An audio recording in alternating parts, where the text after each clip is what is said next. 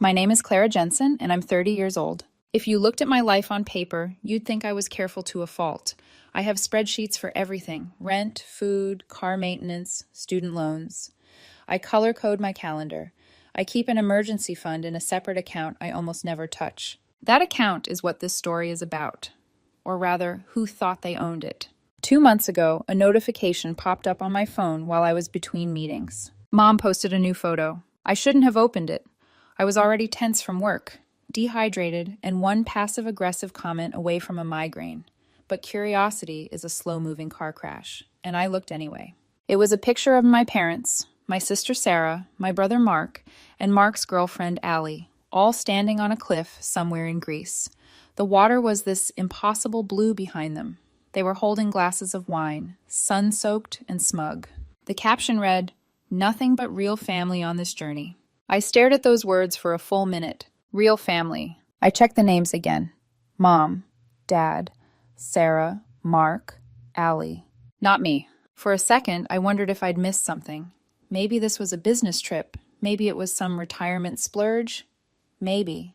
Somehow, they'd managed to pay for all of it themselves. I tried to believe that. I didn't comment. I didn't text. I just scrolled past like it didn't feel like a slap in the face. That night, my boyfriend Daniel came over with takeout. He's the kind of person who can walk into a room and make it feel less heavy without saying a word. We were halfway through our dumplings when he glanced at my phone screen. "Wow," he said, seeing the photo. "Did you know they were going to Greece?" "Nope," I said, stabbing a dumpling a little harder than necessary. "They didn't invite you?" I shrugged. They probably didn't want me to bring my cheap taste along. He frowned. "Hey, don't say that." "It's fine," I lied. "I'm used to it." He didn't push, but he didn't look convinced either. Once upon a time, Daniel's ex-girlfriend Maya told him I dressed like I lived at the clearance rack. She said it in front of me, laughing, like it was a harmless joke. He'd broken up with her not long after, but sometimes her voice still echoed when my mom or Sarah made those same kinds of comments. Cheap, plain. Too careful. But being careful is how I survived. See, my family has a pattern. They spend like tomorrow is a rumor, and then call me when reality hits. When Sarah's rent is late, when Mom's card gets declined at the grocery store, when Mark's car insurance lapses, I'm the one they text. And every time they ask, they say the same thing. "We're family, Clara. That's what family does." What they mean is, you owe us. I've spent years quietly saying yes, covering utilities, spotting them just this once that turned into 5 times. It wasn't because I trusted them. It was because I didn't trust what they'd do if I said no. So I built something they didn't know how to use against me. A separate savings account, emergency only. A little island of safety I told almost no one about. 2 days after that Greece photo, I opened my banking app. Not because of them, because of a boring email about updated terms and conditions that reminded me the account existed. I logged in, selected the emergency fund, waited for the number to load, and froze. The balance was almost zero. Nearly $7,000 gone. At first, I thought it was a glitch. Maybe I'd clicked the wrong account. Maybe the app was refreshing. My heart hammered in my throat as I scrolled through the transaction history. The first big charge was for flights. Multiple tickets, all under one reservation. Then a charge from a resort in Santorini. Then a ferry booking. Restaurant charges. A private cruise. It wasn't just a trip. It was a curated, Instagram-perfect fantasy. My emergency fund had paid for all of it. I stared at the dates. They lined up perfectly with my mom's post, with the photos of them on that cliff, with the smug caption about real family. The names on the bookings weren't visible in the app, but I didn't need them. I already knew who they were. My chest felt tight. My fingers went cold. This wasn't borrowing money. This wasn't a panicked, late-night call asking for help. This was theft. Clean, calculated theft. That account wasn't joint. No one else's name was on it. I'd saved that money for emergencies, medical bills, job loss, my car breaking down in the middle of nowhere. Not so my family could sip wine on a cliff halfway across the world and pretend I didn't exist. I was still sitting there, the banking app open like a wound, when my phone buzzed again. A text from Sarah. He won't notice. His account's barely active. For a second, I didn't understand. Then a second message came through, like a punch. "We'll just say we thought he wasn't using it, LOL." She meant to send it to my dad. She sent it to me. The room went quiet. My ears rang. I stared at the messages, the casual cruelty, the assumption that I was too distracted, too passive, too trusting to ever catch them. Then I typed 2 words. I noticed. The typing bubbles popped up, disappeared, popped up again, then nothing. No reply. I took a breath that felt like it scraped my ribs on its way out and hit the call button for my bank. The woman on the other end had a soft, practiced voice. She asked for my account information, security questions, verification codes. "How can I help you today?" she asked. "I need to report unauthorized charges," I said. My voice was steadier than I felt. "Someone used my emergency savings account to book a trip." "I see," she said. "Do you recognize any of these transactions?" "No," I said, "none of them." "And do you have any idea who may have accessed your account?" I thought of the Greece photo, the caption, the text Sarah had just sent. "Yes," I said, "my own family." She went quiet for a second, then cleared her throat. "All right, Ms. Jensen, we'll flag every charge as potential fraud, freeze the account, and open a formal investigation. You'll receive documentation by email. In the meantime, no additional transactions can be made from this account." As soon as we hung up, I filed an online fraud report, attached the screenshots, wrote out a timeline. My hands moved faster than my thoughts. I didn't cry. I didn't scream. Something colder settled over me instead. At exactly 6:03 a.m., the next morning, my phone started vibrating on the nightstand like it was possessed. I watched the screen light up in the dark. Mom, Dad, Sarah, Mark. My phone logged 23 missed calls in a row. They were still in Greece. It was mid-afternoon there. They must have woken up to a cascade of declined transactions. Cards locked. Reservations canceled. The bank pulling the thread on every charge. I didn't answer a single call. Instead, I sent one text to the family group chat. "If you want to change anything, you better come home now." And I meant it, because for the first time in my life, I wasn't going to let this be smoothed over with tears and excuses. This wasn't going to be chalked up to miscommunication or "we thought you didn't mind." This wasn't going away. This was going to court. They didn't fly back right away. Of course they didn't. If there's one thing I've learned about my family, it's that they truly believe consequences are optional. Rules are for other people. Bills are suggestions. Hurt feelings are overreactions. The calls kept coming that first day. Then came the texts. Sarah went first. "Okay, what's going on with your card? We need to talk LOL." The LOL sat there like a nervous tick, trying to make theft sound quirky. I didn't reply. My mom texted a couple of hours later, more polished, like she'd rewritten it 3 times. "Let's be calm about this, Clara. We didn't think you'd mind. We'll figure something out when we get back. No need to overreact." Overreact. They had drained the only account I kept off limits, the one I'd scraped together with side gigs, weekend shifts, freelance work, nights I came home cross-eyed from staring at a laptop. I'd done all that, so I wouldn't have to call anyone for help if something went wrong. And still, they thought this was something I'd get over. I sat on my couch with my phone in my lap, the Greece group chat lighting up with photos even as they texted me. My mother posted a boomerang of wine glasses clinking. Sarah uploaded a story captioned, "Living Our Best Lives." The hypocrisy was almost comical. Daniel arrived that evening with a grocery bag and a worried face. "I brought pasta," he said, holding it up like a peace offering, "and ice cream. You look like you were about to burn the world down in your last text." I told him everything. The drained account, the Greece photos, the misfired text from Sarah, the calls at 6:03 a.m. I'd never seen his jaw clench that hard before. "They used your emergency fund to go on vacation?" he asked slowly. "And then posted about real family?" I nodded. "And they didn't even invite you?" "Nope." He sat down next to me, close enough that our shoulders touched. "You know this isn't normal, right?" he said softly. "I mean, my family has issues, but this is different." I thought about his ex again. How Maya once told him I was too cautious with money, like responsibility was a personality flaw. How she joked that if I ever joined one of their trips, I'd probably bring a calculator to dinner. I hadn't realized how deeply those words had sunk until now, watching my own family weaponize the very caution she mocked. Daniel shifted. "What are you going to do?" "I already started," I said. "The bank froze the account. I filed a fraud report." He nodded slowly, pride and worry warring in his expression. "And legally?" "I'm talking to a lawyer tonight." He squeezed my hand. "Good." That night, I sat at my kitchen table with my laptop open, the light from the screen carving out a little island of brightness in the dark. My lawyer, his name was Aaron, had a calm, measured voice over video call. the kind that didn't get rattled by outrage or tears. Yes, he said after I laid it all out, this is fraud. Even though it's my family? I asked. Especially because it's your family, he replied. They had access to your information and used it intentionally. The fact that they excluded you from the trip while using your money is, frankly, pretty damning. He had me email over the bank statements, the screenshots of Sarah's texts, the Greece photos, and my own written timeline. Clara, he said at the end, you have a very strong case. We can absolutely move forward. Just understand, it will change things with them, probably permanently. I stared at the little square of my own face on the screen, pale, tired, angry in a way that felt like it had been waiting for years for permission to exist.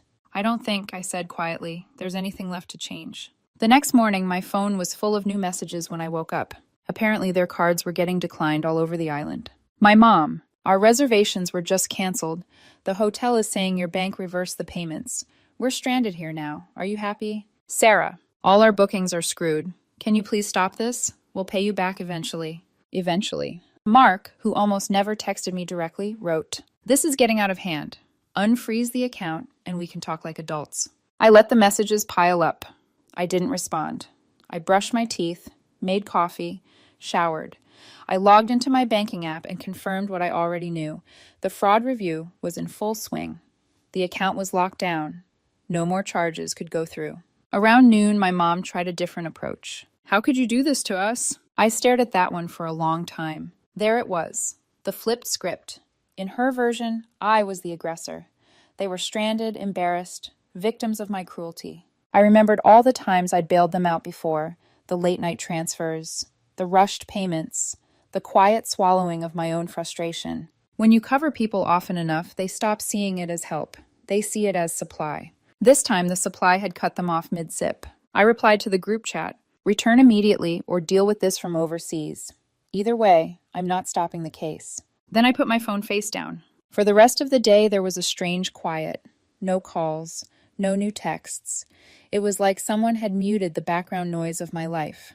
That silence told me more than any words. They were finally taking me seriously. Late that afternoon, an email arrived from the airline. Forwarded flight confirmations. One way. Athens to home. Departure next morning. I exhaled slowly. They're coming back, I told Daniel when he called that night. Good, he said.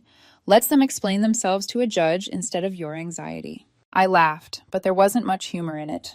My mom's going to show up with a monologue about family, I said. Sarah will cry about being embarrassed. Mark will call me dramatic. They all have their lines memorized. What about Allie? He asked. I hesitated. She texted me once, said she didn't know the money was mine, that she feels sick about it. I haven't answered. Do you believe her? I don't know, I said honestly, but I remembered it. The next morning, at around 10, the knock came. I stood in my hallway, hand on the doorknob, feeling my heart pound against my ribs like it was trying to escape. Then I opened the door. They were all there. My mother, arms crossed, face set in a carefully curated expression of wounded concern. My father, silent, jaw tight. Sarah, eyes rimmed red, but I couldn't tell if it was from crying or effort. Mark, with that familiar bored irritation. Allie, standing slightly off to the side, looking like she wanted to disappear. Clara, my mom began, we need to talk. I stepped back just enough to keep the door between us. You have 30 seconds, I said. She blinked, thrown off. This is ridiculous. We flew back early. We're exhausted. We're dealing with a nightmare that you created, and... I raised a hand. You drained my emergency fund, I said calmly. You left me with nothing. You booked a luxury vacation and captioned it Real Family while using money I saved for actual emergencies.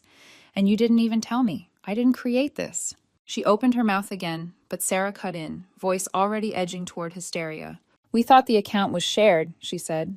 You've always helped before. You've always said we're in this together. We assumed... You assumed you owned me, I said. My dad finally spoke. The words clipped. You embarrassed us, Clara. We were at a restaurant and our card got declined. They treated us like criminals.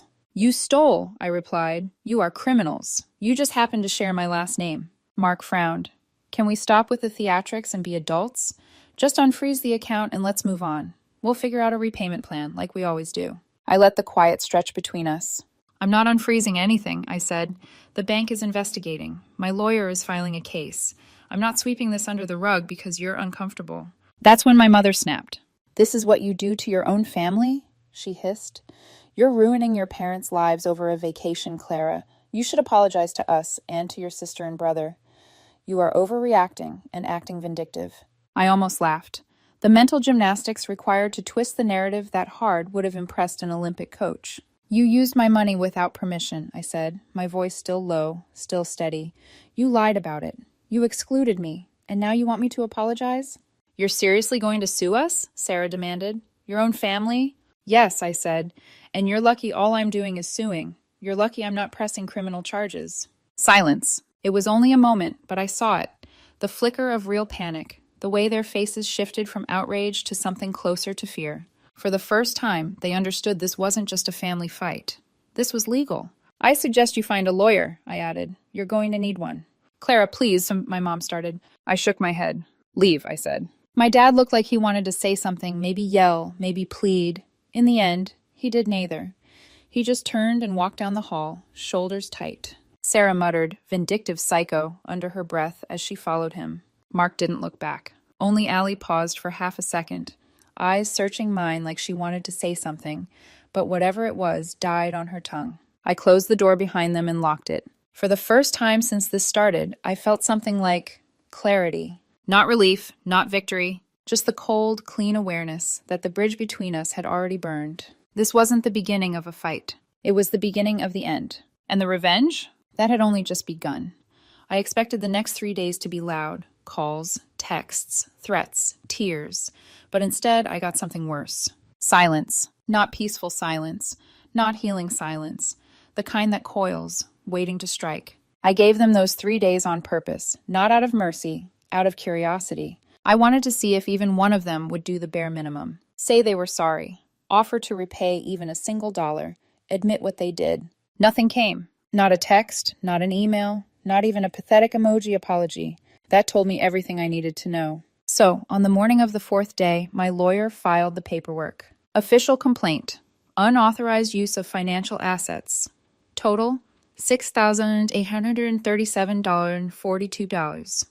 Filed under intentional misuse and fraudulent access. We attached the complete transaction history, the flagged fraud reports, the bank's internal notes, screenshots of Sarah's accidental text, my written affidavit, their grease photos that matched the dates of the charges, a timeline of events that showed intent. It was airtight. Aaron emailed me a copy of the complaint. Seeing my own name on the top line and all of theirs beneath it in stark black text made something settle inside me. This wasn't emotional anymore. This wasn't personal. This was legal. That same day, they all got served. My father was served at work, in the middle of a morning meeting. A man in a windbreaker walked in with an envelope, and my dad's coworkers watched as his face went pale. My mom got hers at the door. I heard she slammed it so hard, the windows rattled. Sarah was served at her apartment in front of her boyfriend. She texted me, "You are sick. What kind of sister does this?" Mark got his at work too. He didn't text me, but Allie did. He called it a show. He said you're just punishing everyone because you're jealous. That night, Sarah posted a long, teary Instagram rant, one of those black text on pink background confessionals. Sometimes blood doesn't mean family. Some people show their true colors when you're happy. Imagine suing your own parents. Comments poured in from her friends. "Stay strong, babe. You don't need toxic people. Family drama is the worst." Not one of them knew the truth. She didn't include the stolen money, the vacation, the exclusion, the texts, the fraud, just the part where she got caught.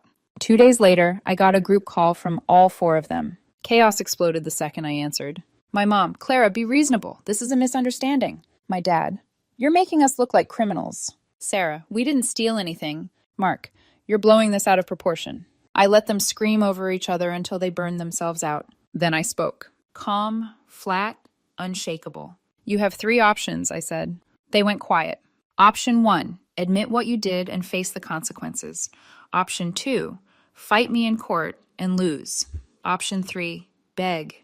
My mother gasped, "Beg? How did it?" I hung up. I didn't raise my voice. I didn't justify anything. I didn't need to. They had all the facts, and so did the court. After that, the silence changed. It wasn't hopeful or manipulative. It was scared. I could feel it. Then Allie texted me. "Can we talk privately?" I hesitated before answering, but something told me to hear her out. We ended up talking for an hour. She told me everything. How Sarah had laughed about using Clara's stash. How my mom said, she never checks it anyway. How Mark joked, if she finds out, she'll cry, not fight. How they planned the entire trip for months without telling me. How they made fun of me for saving too much and acting poor. Allie sounded ashamed.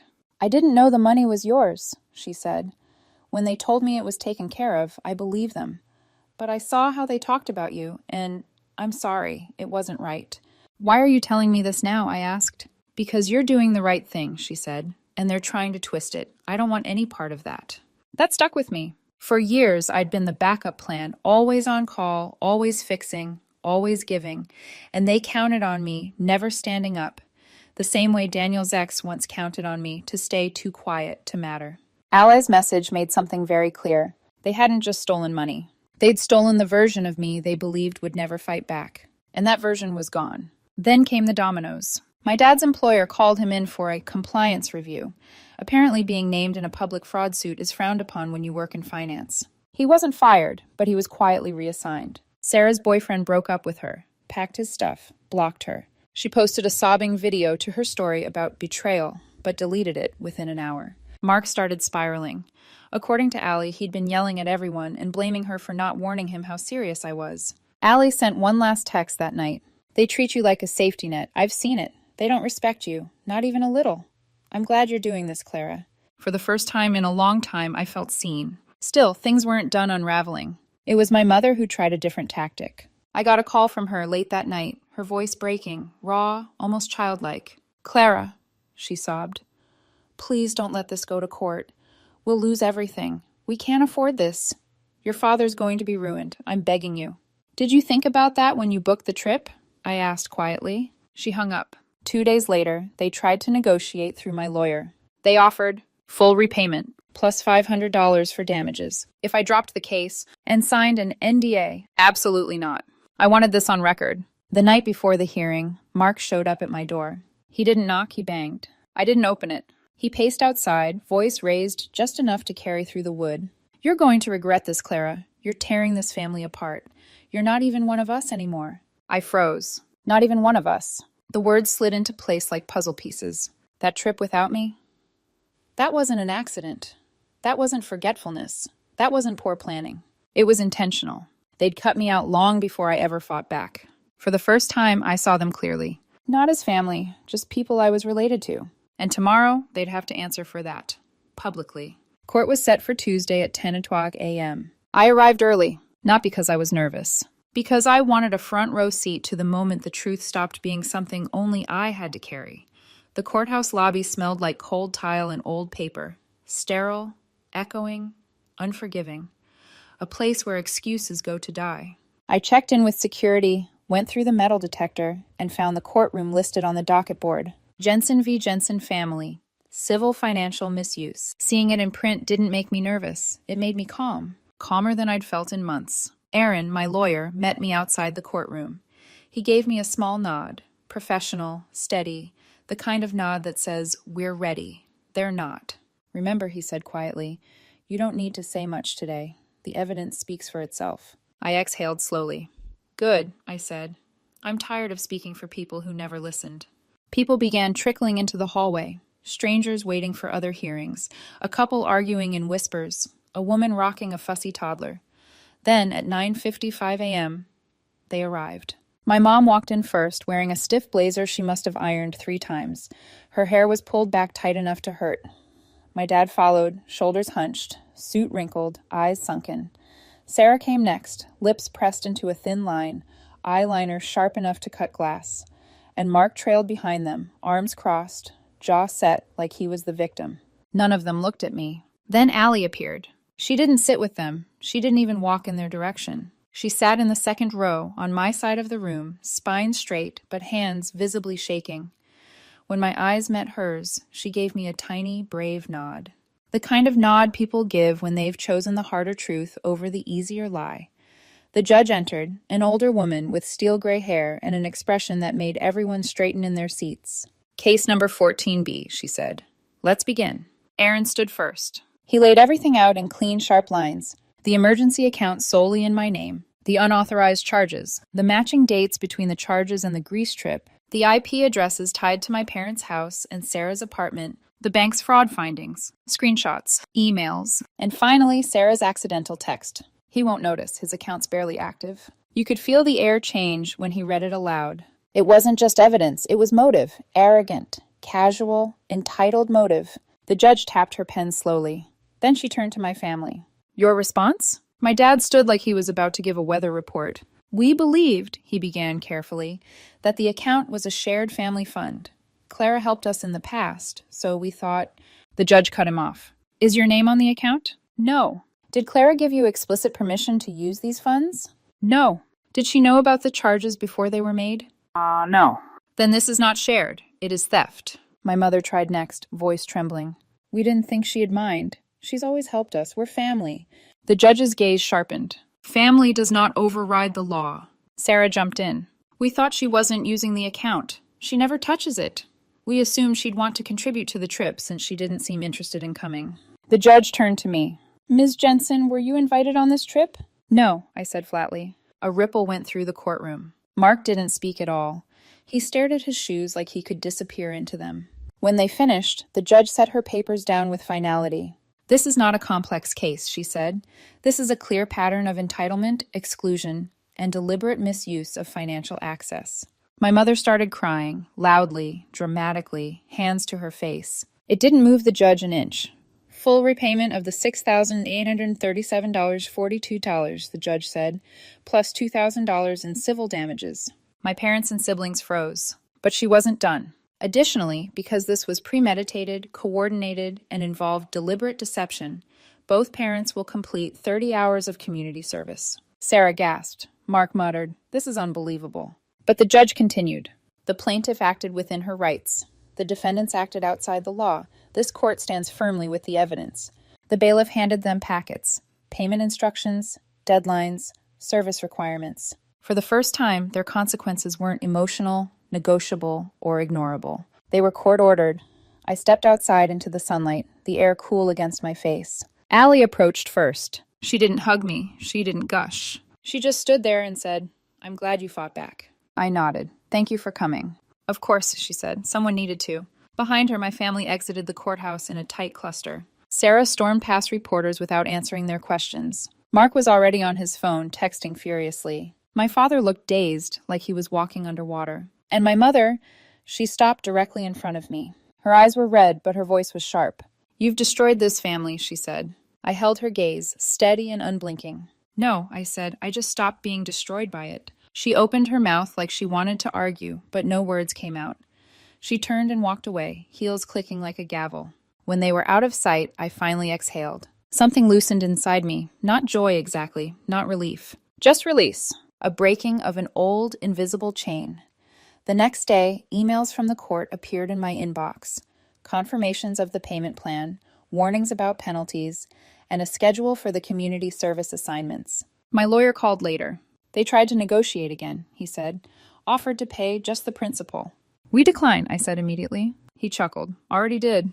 I blocked every number associated with them that evening. Not because I was angry, because I was done. Truly, completely done. But the universe wasn't finished with them. Not yet. 2 days later, friends I hadn't spoken to in years started sending me screenshots. My family was texting them, DMing them, trying to explain the situation, painting me as unstable, manipulated, confused. Some messages were desperate, some were angry. All were lies. And none of it worked, because the truth was already in the court record. It wasn't my word against theirs anymore. It was my evidence against their entitlement. That night, Allie called me again. She sounded hesitant. "You need to know something," she said quietly. "Your mom is trying to find a way to undo the ruling. Mark said she's looking for someone to help, a lawyer, a loophole, anything." I didn't respond at first. I just stared at the wall, letting her words register. Then I inhaled. "If they come for me again," I said calmly, "this time I'll be waiting." And I meant it. The 3 months after the hearing felt like stepping into a different universe. One where my phone didn't buzz with demands, where guilt didn't ambush me at random hours, where silence meant peace instead of threat. I moved to a new apartment across town. Closer to work, more sunlight, a balcony that faced the river. I didn't share the address with anyone in my family, not even Allie at first. It wasn't secrecy, it was self-preservation. Every week or so, a new deposit appeared in my account. Court-ordered repayment, always on time, always the exact amount. They didn't dare miss a payment. If they did, the court would seize wages, and I knew they couldn't handle that humiliation. Aaron emailed me occasionally with updates. Everything was progressing smoothly. The system, finally, was working in my favor. Meanwhile, my mother, father, Sarah, and Mark were living through the consequences they swore would never touch them. Dad's reassignment at work became permanent. Mom started picking up part-time shifts at a boutique. Sarah moved into a smaller apartment after her boyfriend bailed. Mark's friend group split after the lawsuit. Apparently nobody wanted to risk getting dragged into drama like that again. And yet, despite all of it, not one real apology. Not one acknowledgement. Not one attempt to make anything right. Just a constant, distant hum of resentment I heard about through the grapevine. The only person who didn't resent me was Allie. She kept in touch. Not every day, not clingy, just a message here and there. You doing okay? My new job's better. Fewer narcissists. I saw Sarah posted something about fake people. It was indirect, but we both know. For the first time in a long time, I felt like someone wasn't waiting for their moment to take something from me. She wasn't trying to use me, or guilt me, or twist the narrative. She was just there, consistent, honest. We weren't dating, not exactly, but there was a softness between us, a quiet understanding forged in the fire of surviving the same people. She confided the truth more clearly one evening. They weaponize love, she said. It's not real affection, it's leverage. It took me too long to see it. I nodded. Took me 30 years. She laughed in that sad, sympathetic way that people do when the truth is too painful to say outright. But she wasn't done protecting me. Not yet. One Friday afternoon, my phone rang. It was Aaron. Clara, he said, his tone clipped. Your mother filed a petition with the court. My stomach didn't drop, not like before. It just tightened. For what? I asked. To have the judgment reconsidered, he said. She's claiming emotional distress, legal misrepresentation, and misunderstood intent. She also filed a statement suggesting you were coerced into pursuing legal action. I let out a slow breath. Of course she had. Because if there was one thing my mother feared more than consequences, it was permanence. What happens now? I asked. There will be a review hearing, he said. I doubt it'll last more than 15 minutes.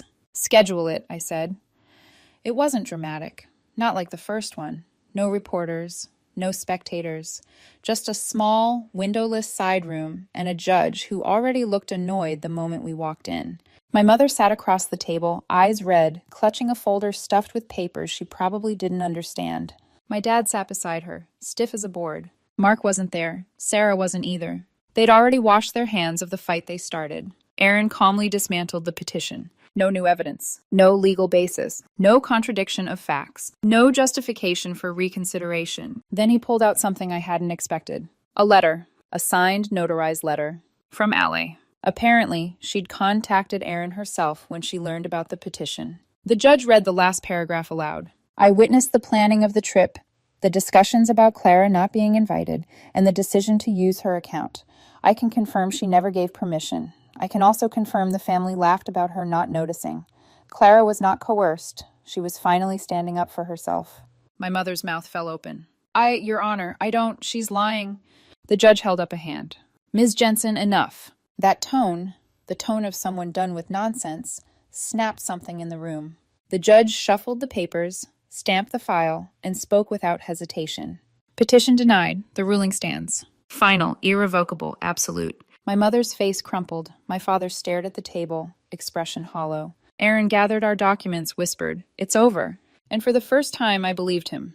They didn't try anything else. No more petitions, no more calls, no more family interventions, no more door-pounding guilt trips. They retreated into their own bitterness, clutching their grudges like life jackets that couldn't keep them afloat. I, meanwhile, rebuilt my life quietly. New apartment, new routines, new boundaries, new peace.